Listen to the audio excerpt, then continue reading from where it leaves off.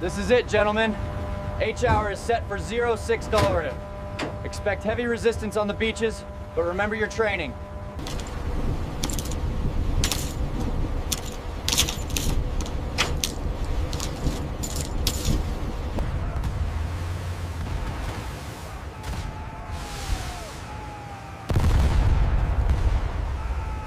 They were told it would be over in 3 days.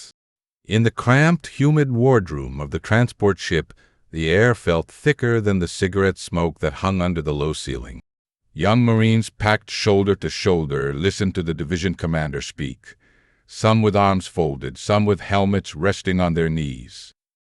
The ship rolled gently in the swells off a small, unknown island in the Peleliu group, an island called Peleliu. Major General William Rupertus spoke in a calm, almost casual tone, as if he were talking about an especially hard training exercise rather than a real battle. He acknowledged that there would be casualties. It would be rough, he said, but it would be fast. They were veterans now, the finest division in the Marine Corps. The enemy was on the ropes. The island ahead of them would be taken in a few days, maybe 3, and then they would rotate out to rest while the war rolled closer to Japan. The words passed from mouth to mouth on the mess decks, in the troop holds, and in whispered conversations in the dark. 3 days. In the back of the wardroom, a rifleman from 1st Battalion, 1st Marines, Private Jack Miller, shifted his weight and tried to look as if he believed it. Beside him, Corporal Joe Ramirez, a barman, gave a slight shrug, an unspoken comment that said training talks one way and combat another. Their Navy corpsman, Frank O'Hara, sat with his hands wrapped around his helmet, memorizing faces. He knew that in 3 days some of them would be lying in front of him, screaming or not moving at all, whether the island fell on schedule or not. They had been training for this for months on Pavuvu, a miserable green island where the mud never dried. They had rehearsed landings, studied sand table models of Peleliu's ridges, airfield, and beaches, memorized code names and grid references. Officers and staff NCOs had walked them through the plan with measured confidence. The island was small, barely 6 miles long. The Japanese garrison was believed to be limited. The naval bombardment and air strikes would pulverize their defenses. The 1st Marine Division would go in, seize the airfield, sweep the southern end of the island, then roll up the remaining resistance in the north. It was an ugly job, but a straightforward one, and above all, it would be quick. Outside, the sun was already brutal even in the morning, a white hammer bouncing off the flat Pacific and the gray skin of the ship. Marines leaned on the rail and stared at the smudge of land on the horizon, the place they were supposed to conquer in 72 hours. Somewhere beyond that line, Japanese soldiers waited in heat that made Pavuvu feel cool. 3 days later, when the ramp of Miller's Amtrak slammed into warm, waist-deep water and the first mortar shells began to fall among the transports, the promise of a quick battle died in seconds. The sea ahead of the first wave was a clutter of dark hulls and white wakes, lines of amphibious tractors churning toward a low yellow shoreline. Naval gunfire had pounded that shoreline for 3 days. Battleships and cruisers had blasted the island with heavy shells. Carrier planes had bombed and strafed. And from the deck of the transports, the Marines had watched towering plumes of smoke and dust rise over Peleliu. Some had cheered. Others, who had seen Japanese dugouts before, had watched more quietly, knowing that what looked like total destruction from offshore could amount to little more than scratched paint on a well-prepared enemy position. As the Amtraks neared the reef, the shelling shifted inland. The fire slackened and then stopped. The bombardment schedule called for silence as the waves went in, both to avoid friendly fire and because the planners believed the defenders would be stunned or dead. The tractors clanked and splashed forward into the eerie stillness, engines grinding. Ahead of them the beach looked empty, just sand shimmering in the heat and a fringe of blasted palm stumps. Miller felt the tractor lurch as it cleared the reef. He could see the faint line of the shore now, closer with every second, and the silhouettes of other Amtraks sliding in from either side. Men crouched behind the tractor's thin armor, clutching rifles, lips moving in silent prayers or curses. Someone muttered, trying to keep it light, that the Japs must have packed up and left. The first shells came in almost together.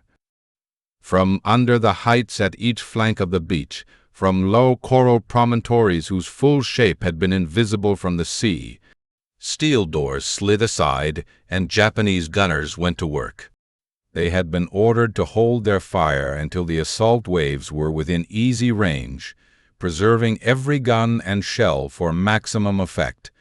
Artillery and machine guns opened up from carefully prepared caves, the muzzle flashes invisible behind heavy armor shutters. The air filled with the crack and howl of high-velocity fire. Amtraks in the front rank erupted into sprays of water and fragments, some shattering in mid-stroke, others pitching sideways in the surf. Men tumbled into the water, some swimming for the reef, some disappearing beneath the froth without a sound. Miller ducked as a burst of machine gun rounds slammed into the front of the tractor, punching neat holes in the armor. Someone screamed, ahead. A vehicle in the next wave took a direct hit from a 47mm gun and burst into flame, turning into a rolling torch with a halo of flailing. Burning figures. The drivers pushed harder, overriding instincts that screamed at them to turn away. Orders were orders. The beach had to be reached. When the tractor finally ground into coral and the ramp dropped, the temperature hit like a solid wall. The sand was blinding white and so hot it burned through boots. The roar of gunfire bounced off the low ridge that dominated the left flank, a jagged coral knob the maps had called simply the point. Every attempt to move inland was met with an eruption of fire from that ridge and from pillboxes buried in the scrub along the waterline.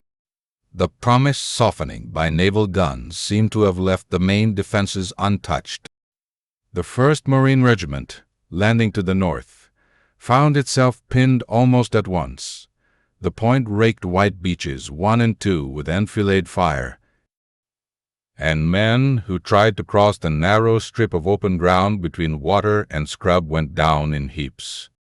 Vehicles piled up on the sand, wrecked or immobilized, and soon the beach was a tangle of burning machines, smashed boats and bodies. The 7th Marines faced their own ordeal at the southern Orange beaches, struggling through hidden obstacles and intense fire. By mid-morning, the first waves were hugging the sand, unable to dig meaningful foxholes in the coral crust. Trapped under a storm of shells and bullets, the 3-day timetable died right there in the surf, under a sun that showed no mercy. The question then and later was how it had come to this. Why had planners believed that this would be a short, sharp fight when the enemy waiting for them on Peleliu had no intention of dying quickly at the water's edge? To answer that, you have to step back from the chaos on the beaches and look at the larger map being studied in air-conditioned rooms thousands of miles away.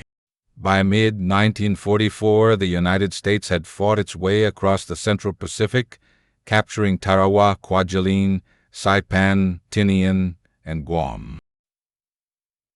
In the Southwest Pacific, General Douglas MacArthur's forces had advanced along New Guinea's northern coast. 2 broad strategies competed for priority. MacArthur argued for a return to the Philippines, the American Commonwealth he had been forced to abandon in 1942. Admiral Chester Nimitz, commanding in the Central Pacific, favored a more direct thrust toward Formosa and Okinawa. Both paths would require secure flanks and staging areas. The Palau Islands lay in a position that worried planners.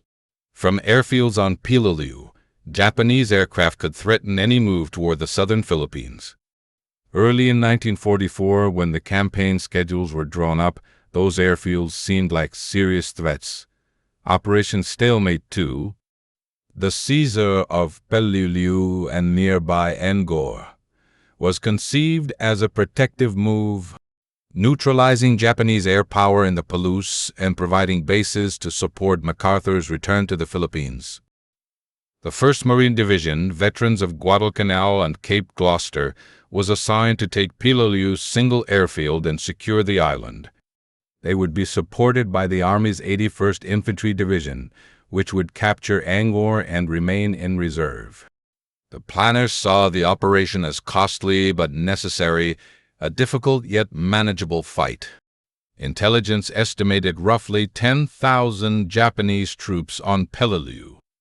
Precedent from other islands suggested that heavy preliminary bombardment and aggressive assaults would overwhelm them in a matter of days. In July 1944, President Franklin Roosevelt met with Nimitz and MacArthur in Hawaii. There was talk of canceling the landing on Peleliu altogether, as American naval and air strength grew and other bases came within range of the Philippines. The decision was made to proceed. Much of the choice rested on assessments like Rupertus's that Japanese morale was broken and that resistance would be brief. In an ironic twist, the battle that many later historians would call unnecessary went ahead partly because it was expected to be easy. On Peleliu, the Japanese thought otherwise. The garrison commander, Colonel Kanyo Nakagawa, had watched earlier campaigns closely. At Tarawa and Saipan, massed banzai charges had ended in slaughter, annihilating garrisons without imposing equivalent cost on the Americans. In response, the Imperial General Headquarters issued new directives. Island defenses were to abandon suicidal frontal counterattacks in favor of prolonged attrition. The defenders were to trade territory for blood, using every cave, ridge, and tunnel to slow the enemy and inflict maximum casualties over the longest possible time. Peleliu's terrain seemed made for such a strategy. Inland from the southern beaches beyond the airfield rose a mass of twisted coral ridges called the Umabrogo. American maps showed it as a single hill with a few knolls. The reality was a nightmare, a labyrinth of razor-edged spines, sinkholes, ravines, and narrow draws rising between 50 and 3 feet above the rest of the island. Old phosphate mines and natural caverns honeycombed the ridges. Nakagawa's engineers set to work turning this natural fortress into something even more lethal. They blasted new tunnels and chambers, linked cave systems, and installed heavy steel doors at key firing positions. Many cave entrances were recessed and slanted, shielded from direct hits and from grenades. Artillery pieces and machine guns were mounted on sleds so they could be rolled forward to fire, then pulled back under cover. Ventilation shafts carried away smoke and fumes. Caves were stocked with food, water, and ammunition to sustain weeks or months of resistance. A network of communications tunnels allowed the defenders to shift troops and weapons unseen from one position to another, so that a cave apparently destroyed one day might suddenly erupt in fire the next. Along the beaches, defensive works were deliberately restrained. There were bunkers and guns covering the approaches, but they were not the main line of resistance. Nakagawa instructed his men to stay down, endure the naval bombardment in their underground shelters, then rise and fire only when the Marines were within killing range. Once the Americans forced their way ashore, the plan was to draw them deeper into the island, into fields of fire already plotted across the airfield and the coral hills beyond. Slaughtered or surviving, every Japanese soldier was expected to exact a price. None of this was truly visible to the Marines on Pavuvu. They drilled in the heat, cleaned weapons, cursed the food, and studied aerial photographs and maps that could not show the hidden honeycomb of rock. Officers spoke confidently about seizing the airfield on D-Day and holding the northern reaches of the island within 48 to 72 hours. Overconfidence did not come only from arrogance.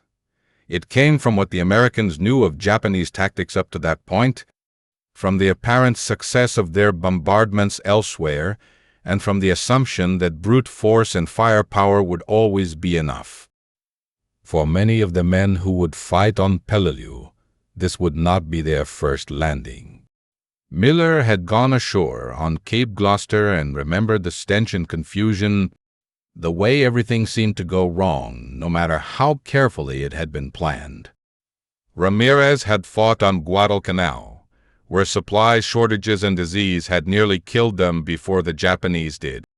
Among older veterans, there was an undercurrent of skepticism about any promise involving the word quick. Still, the division had its reputation. The 1st Marines, commanded by the famously hard Colonel Louis Chesty Puller, prided themselves on doing the toughest jobs.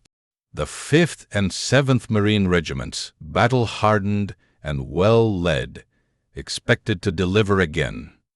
The notion that they could not take a small coral island in 3 or 4 days seemed almost insulting. The bombardment of Peleliu began on 12 September 1944.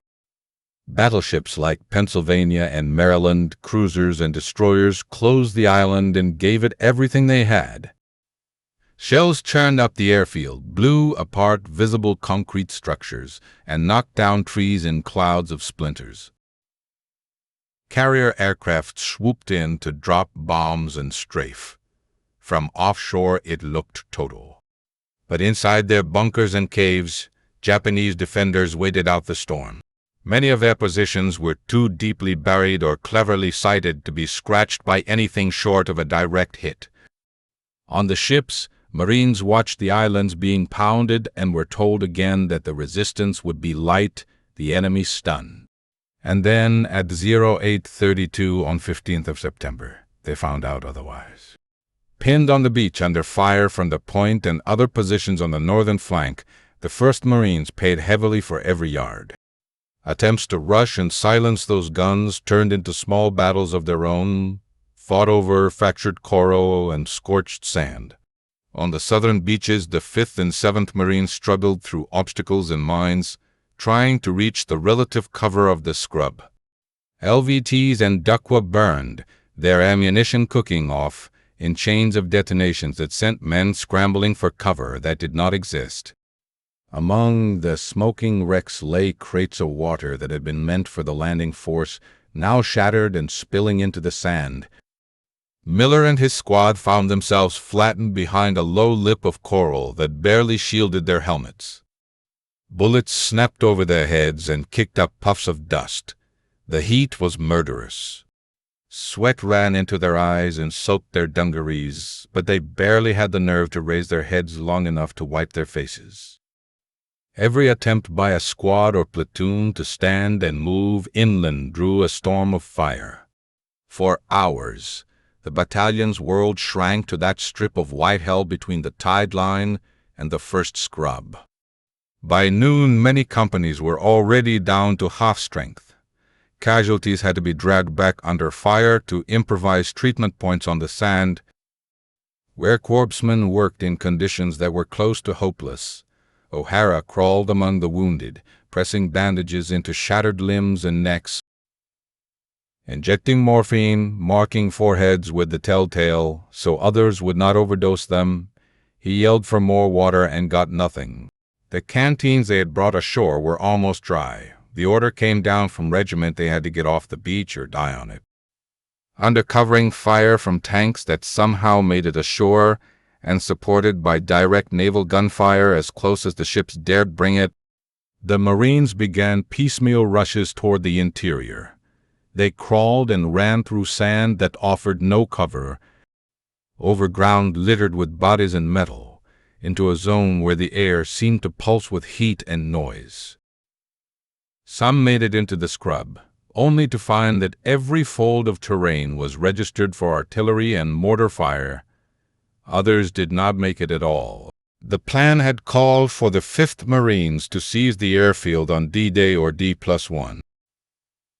On 16 September, the regiment moved out across the open runway and taxiways, ranks of dark figures against pale coral. Artillery from the Umabrogo ridges to the north crashed down on them. There was no cover and nowhere to dig in. Men ran bent double, dropped flat when shells came in, then rose again to run through clouds of dust and smoke. Casualties were heavy, but the regiment kept moving. By day's end, they had reached the far side of the airfield and driven to the eastern shore, effectively cutting the island in two. The airfield itself, though, was still under fire from the heights. All of this movement, all of this killing and dying, was still in the service of that original strategic objective. The airfield on Peleliu was supposed to support operations over the Philippines, especially to protect MacArthur's long-awaited landing on Leyte. Yet as the battle dragged on, events elsewhere moved faster than anyone had anticipated. The enormous scale of American naval and air power meant that other bases, especially those in the recently captured Marianas, could do much of the work that Peleliu's airstrip was meant to do. By the time the island's airfield was truly usable and secure, aircraft were already flying from other locations to strike the Philippines. When MacArthur waded ashore on Leyte on 20 October, the fight for Peleliu was very much still in progress. The strategic clock was outrunning the blood being spent on that coral rock. For the men on the ground, however, such calculations were distant abstractions. Their world had shrunk to the next draw, the next ridgeline, the next cave. The first night on Peleliu brought a different kind of terror. On earlier islands, Marines had grown accustomed to massed night attacks, waves of screaming infantry charging into their lines. They prepared for the same here, stacking ammunition, setting trip flares, checking bayonets. The banzai charge never came. Instead, Japanese infiltrators crawled through the broken coral and scrub, slipping between holes and shell craters. They tossed grenades into sleeping pits, fired a few quick shots, then vanished. In the gaps between the flare bursts, the Marines saw shadows everywhere. Water was already a crisis. The heat index on Peleliu reached around 115 degrees Fahrenheit during the day. Men who had landed with 2 full canteens burned through them in hours. Supply was supposed to come in on Amtrak and Duckwa, but many of those vehicles had been destroyed. When bulk water did arrive, it came in 55-gallon drums that had previously held aviation fuel or lubricants. The residue tainted the water with a sickly, oily taste. Men gagged and drank it anyway, knowing that not drinking meant heat stroke, collapse, and a quick ticket to the casualty chain. Some vomited it back up and tried again. Over the next several days, the 5th and 7th Marines methodically cleared southern Peleliu. Isolated pockets fought bitterly, but by the southern end of the island and the airfield were in American hands, at least on the map. In reality, the airfield remained under intermittent shellfire from the Umabrogo. Meanwhile, to the north, the 1st Marines began to feel their way into the ridges that would become a synonym for misery: Bloody Nose Ridge, Death Valley, and the Umabrogo Pocket. On the maps used in the pre-invasion briefings, that ridge complex had seemed like a single lump of high ground. To the Marines now walking into it, it was like entering the surface of another planet. The coral had been uplifted and twisted eons before into jagged spires and knife-edged ridges, cut by narrow ravines and choked with scrub and shattered trees. In every fold, in every shadow, there might be a cave mouth. Many were invisible until the defenders opened fire.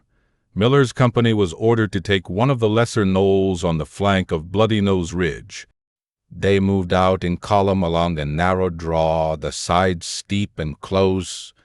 The heat in the ravine was suffocating, the air trapped and dead.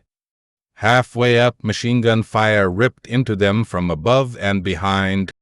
Japanese gunners in caves on the reverse slope had waited until the column was fully committed, then opened up, raking the Marines from multiple angles. Men dove for cover that did not exist, flattening against jagged rock that sliced their uniforms and skin. The attack stalled. The company commander called for supporting fire, but artillery could do only so much. Shells exploded on the ridge tops, sending down showers of coral fragments that wounded friend and foe alike. Flame and shrapnel licked at cave mouths, yet when the barrage lifted, the guns inside were still firing. Infantry had to go in and root them out one by one. This became the pattern of the battle. Squads advanced until they drew fire, then tried to work their way around the arc of the guns, seeking blind spots in the fields of fire. Flamethrower teams crawled forward under covering fire, the men bent under the weight of tanks filled with thickened fuel. At the mouth of a cave, they would trigger bursts that sent sheets of fire rolling into the darkness, followed by grenades and finally satchel charges. The explosions echoed inside the tunnels, sucking the air out and spraying smoke and dust from vents and secondary entrances. For a moment, the cave would be silent. Then, sometimes minutes or hours later, a previously unseen hole would open up and a machine gun would start again from a different angle. The Japanese defense in depth on Peleliu was the first full-scale example of a new doctrine that the Marines would see again at Iwo Jima and Okinawa. Instead of being exhausted by futile charges, the defenders conserved their manpower, forcing the Americans to pay for every yard of ground with disproportionate losses. The honeycomb of caves and tunnels allowed them to survive bombardment and to reoccupy positions that had been partially reduced. They were no longer simply defending a beach or a single line. They were defending a whole mountain from within. For the Marines, this meant days of attacking the same positions over and over. Patrols went out at dawn and returned at dusk, filthy and hollow-eyed, reporting that they had advanced perhaps a dozen yards or taken one more cave. The ridges acquired names that reflected the mood of the men: the China Wall, Five Sisters, Hill Row, Death Valley. Each name carried a history of squads caught in crossfire, of failed attacks and men who did not come back. 1st Marines bore the brunt. By the time they were relieved in late September, the regiment had taken roughly 1,700 casualties in less than 9 days. 1 battalion, 1st Battalion, 1st Marines, suffered around 71% casualties, reduced from 9 rifle companies on paper to barely more than a reinforced company in reality. Of the men who had listened to Rupertus's confident briefing on the transport, many were now dead, wounded, or staggering from heat exhaustion and shock. In Miller's platoon, the faces changed almost daily. A man who had shared a foxhole one night might be gone the next morning, his gear sorted through for anything usable, his place filled by a replacement who had barely learned everyone's names before being thrown into the same grinder. Corp Harmon O'Hara worked until his hands shook uncontrollably. He lost track of how many times he had pressed his thumb into a spurting artery, or how many times he had looked into a young Marine's eyes and known he could not save him. Letters home, when they could be written, were usually vague. Censorship and the unwritten rule of not worrying parents kept men from describing the full horror. Miller wrote to his mother that it was hot, that they were working hard, that he had lost some friends. He added, almost as an afterthought, that this felt worse than anything he had seen before.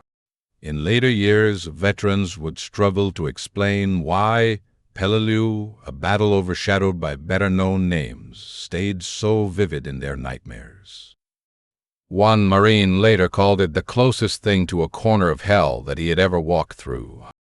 Others who fought at both Peleliu and Okinawa insisted that the smaller island was the worst experience, not just because of the enemy's tenacity, but because of the sense that the sacrifice there had been for something that was already passing them by.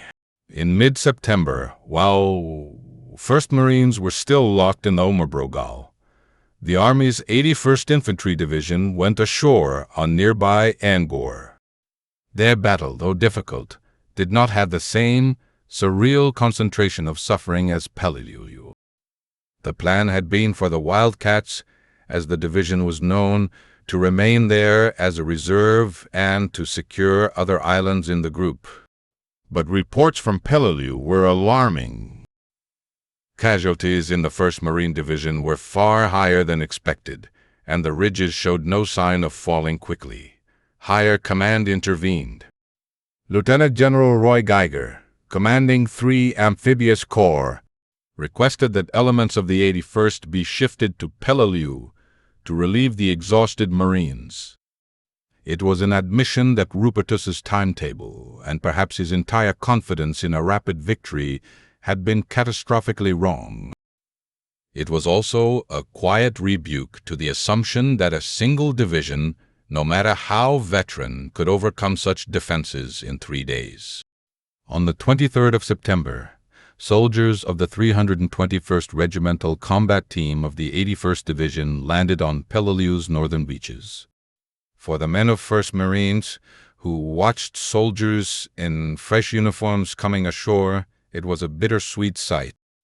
Some resented the Army and the old inter-service rivalry, muttering that the soldiers were late to the party. Many more felt only relief. They were running out of men. They needed help. There were awkward moments. A Marine whose company had been reduced to a handful of survivors might look at a full Army platoon and feel a surge of anger that they had not been there a week earlier. Soldiers sometimes looked at the ridge and doubted the tales of its ferocity until they walked into it themselves. Yet in the ridges, under enemy fire, such resentments eroded quickly. Men in olive drab and men in marine green died in the same ravines. The arrival of the 81st in the lines also underlined how far Peleliu had drifted from the original 3-day promise. This was no longer a quick strike by a single division. It was a drawn-out campaign requiring rotation of units, transfer of commands, and improvisation. The name Operation Stalemate, chosen months earlier, now sounded less like a code word and more like a bitter joke. As September turned to October, the focus of fighting on Peleliu shifted increasingly to a shrinking area around the central ridges, an area that became known simply as the Pocket. The 5th and 7th Marines, together with elements of the 81st Division, ringed the complex and drove in on it from multiple sides. Tanks edged forward on precarious tracks blasted into the coral, firing point-blank into cave mouths. Bulldozers shoved rubble into openings, trying to seal them. Flamethrowers became indispensable, both man-portable and tank-mounted. The Japanese defenders, sealed into a narrowing space, fought with a determination that bordered on the suicidal. But it was directed through that new doctrine of attrition, rather than in reckless charges. American artillery shattered the ridges day and night. The sound was a constant, rolling presence, like distant thunder that never faded. White smoke drifted through the ravines.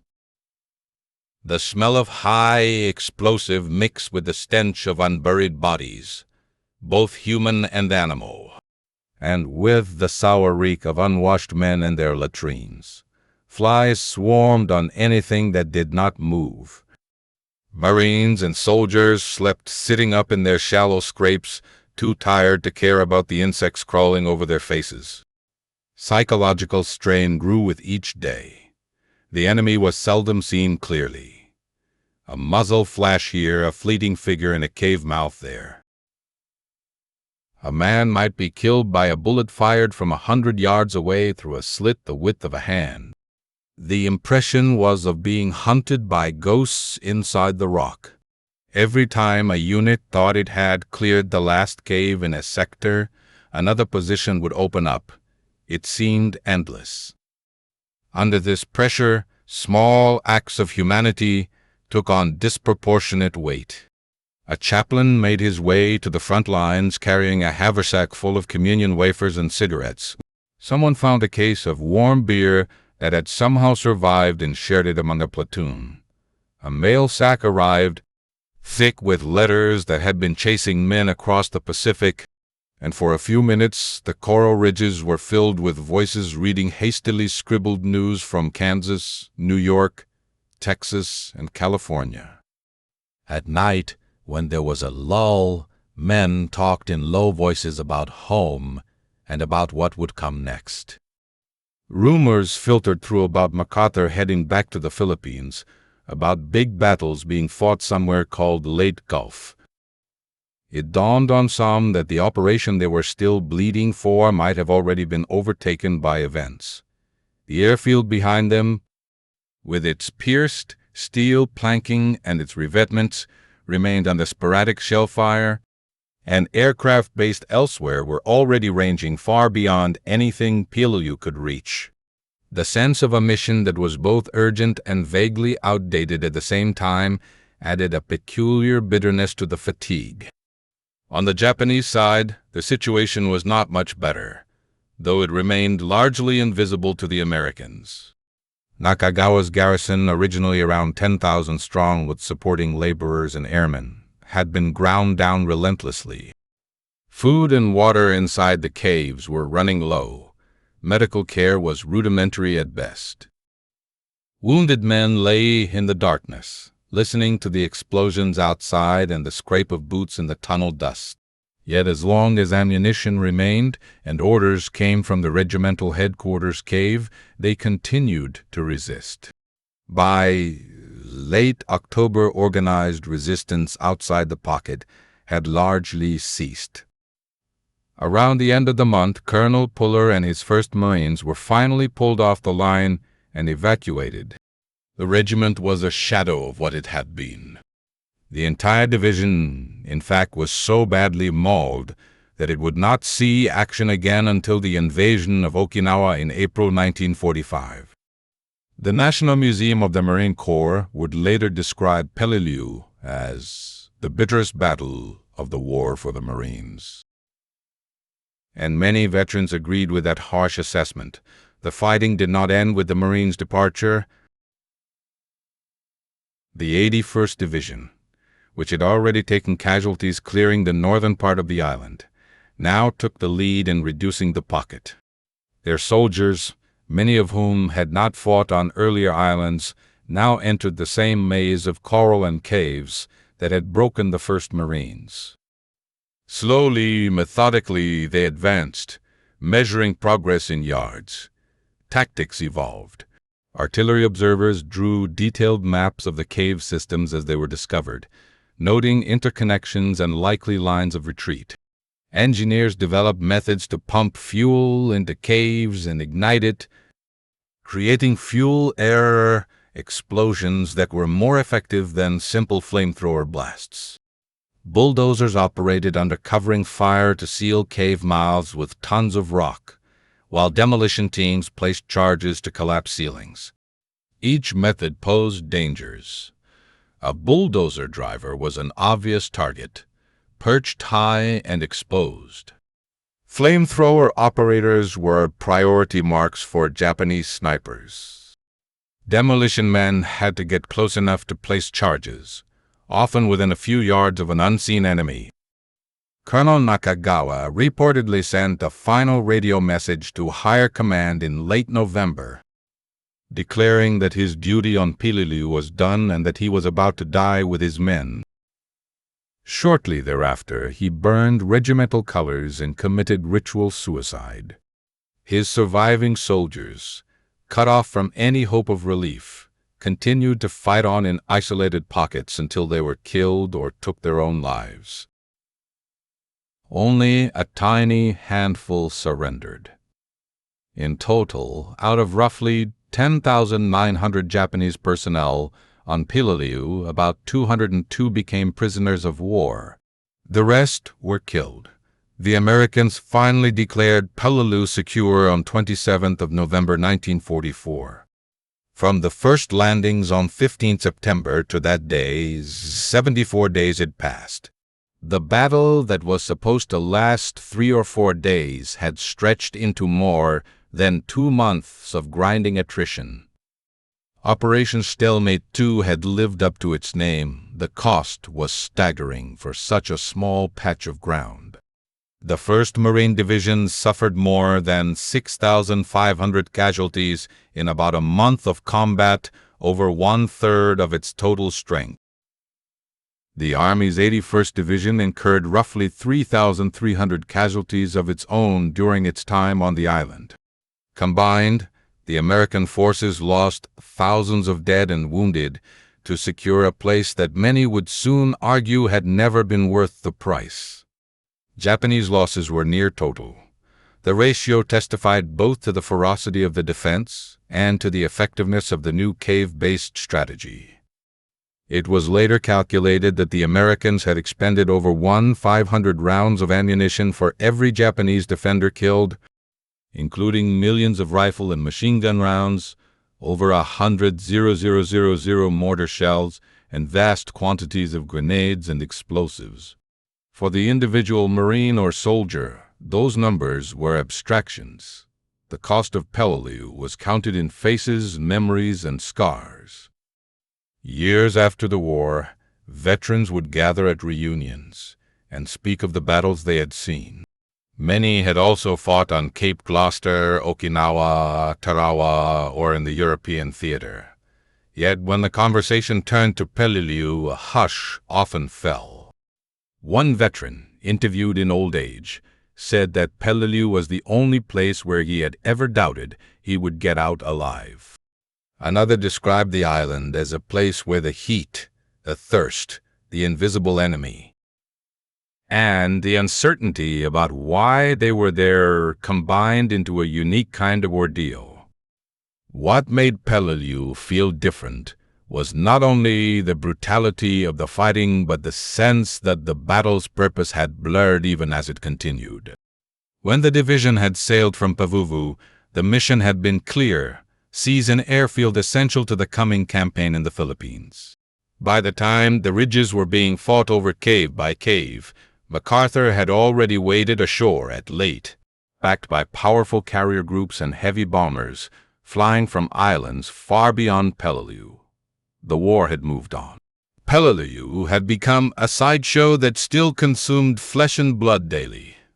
Historians after the war argued about whether Peleliu had been necessary. Some pointed out that the airfield, once repaired, did serve as a base for reconnaissance and for aircraft supporting subsequent operations, and that Japanese aircraft potentially operating from the Palouse could have posed a threat if left untouched. Others countered that neutralization by air attack alone, or simple bypassing, might have achieved the same strategic end without the heavy casualties. Even before the landings, voices in high-level meetings had questioned the need for the operation. In that light, the decision to proceed looked, to critics, like a combination of institutional inertia and an unwillingness to revise plans in the face of changing circumstances. Within the Marine Corps itself, Peleliu became a case study in both courage and flawed planning. The bravery of the assault troops, the ingenuity of small unit leaders, and the sheer endurance of men who fought for weeks in unbearable conditions were undeniable. So, too, were the errors. The underestimation of Japanese defensive changes, the failure to appreciate the true nature of the Amabrugal terrain, and the rigid insistence on schedules that bore no relation to the emerging reality all contributed to the disaster. General Geiger, who had ultimately brought in the 81st Division and overseen the later stages of the campaign, called Peleliu the toughest battle of the Pacific War. Future Commandant of the Marine Corps Clifton Cates described it as one of the most vicious and stubbornly defended fights the Corps ever faced. The National World War II Museum and other institutions that have revisited the battle in recent years have tended to echo those assessments, highlighting Peleliu as a forgotten hell, whose lessons were purchased at great cost. For the survivors, the lessons were personal. Jack Miller, or the real Marines he represents, came off Peleliu thinner, older in the eyes, his hearing diminished from the constant blasts. His letters home became more subdued. He had lost Ramirez to a sniper's bullet on a ridge whose name he never bothered to remember. Corpsman O'Hara's hands shook for months after, not from physical injury but from the cumulative weight of what he had seen and failed to prevent. Their battalion's muster rolls were a patchwork of replacements and transfers, the original companies broken apart. Many of them would go on to fight again. The 1st Marine Division, after months of rest and refit, would take part in the invasion of Okinawa. Another hard campaign where Japanese cave defenses would exact a heavy toll. Others were rotated home or assigned training roles. Yet for those who had been on Peleliu, the memory of that intensely concentrated suffering remained distinct. The brightness of the sun on coral, the taste of contaminated water, the smell of dust and death in the cave mouths, and the feeling of lying on rock while unseen guns fired at them from inside the earth never quite faded. In the larger context of World War II, Peleliu did not decide the outcome. The war in the Pacific was driven by huge forces, industrial capacity, naval power, strategic bombing, political decisions in Tokyo and Washington. The fall of Japan would ultimately come through a combination of submarine warfare cutting off resources, relentless air raids burning cities, and amphibious assaults closer to the home islands. Peleliu's airfield played only a modest role in that immense process. Yet to look only at strategic impact is to miss something essential about how wars are experienced. For the men on Peleliu, the island was not a marginal footnote. It was their whole war, compressed into weeks of heat and terror. The gap between the war as it appeared on maps in headquarters and the war as it felt on that coral ground was immense. Plans spoke in terms of days, arrows, and objectives. Reality spoke in groans, screams, and the scratching of shovels on unyielding rock. Peleliu stands as a symbol of how war plans can go wrong, and of who pays when they do. A general's belief that a battle will be quick, an intelligence estimate that underestimates the enemy's adaptability, a failure to grasp the full implications of a new defensive doctrine. These are not just footnotes in after-action reports. They are decisions that cascade down until they land on the shoulders of young men stepping off Amtraks into surf, expecting a 3-day fight. On Peleliu, those men found instead a journey into a months-long nightmare carved in coral and lit by fire. When the battle finally ended, and the last shots echoed away in the ridges, the analysts and historians began their debates about necessity, value, and cost. Those debates matter. They shape how nations remember wars and how future decisions are made. But they are always built on foundations laid by people like Miller, Ramirez, and O'Hara, whose names may never appear in official histories. In the end, Peleliu reminds us that every neat arrow on a campaign map hides a story like theirs. Behind every prediction of a quick victory stand men who must live, fight, and sometimes die inside whatever the real duration turns out to be. On that small island in the Palouse, the promise of 3 days turned into 74. and the difference between those two numbers was measured in blood, sweat, and shattered lives.